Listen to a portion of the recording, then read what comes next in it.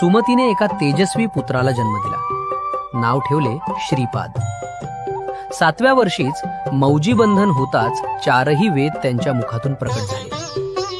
मीमांसा, न्याय, तर्क, सर्व शास्त्रांचे ज्ञान सहज प्रकट झाले.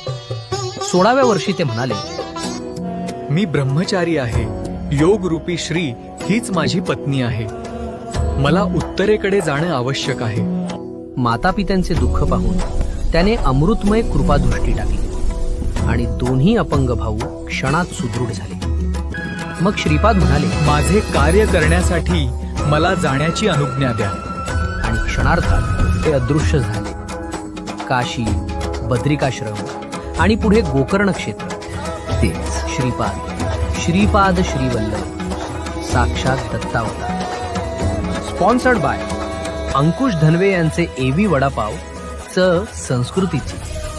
अशाच प्रकारचे दत्त महाराजांवरील भक्तिमय व्हिडिओ Download ShareChat.